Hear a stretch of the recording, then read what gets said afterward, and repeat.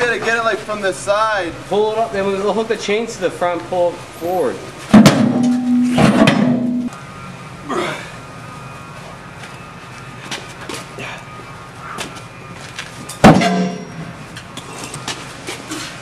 Oh.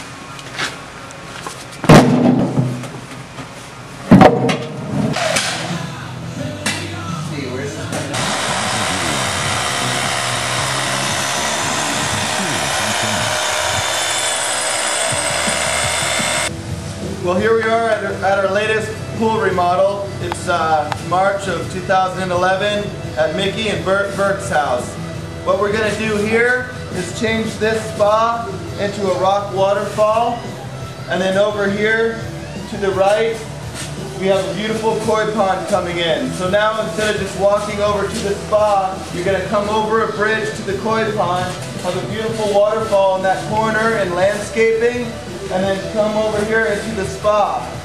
And over here in the corner, where right now you see other people's houses, and people can look in at you into your lanai area, there's going to be a big, beautiful rock waterfall and landscaping. So now this whole corner is just going to be make it nice privacy in here for the lanai area. So now your view is going to be beautiful waterfall.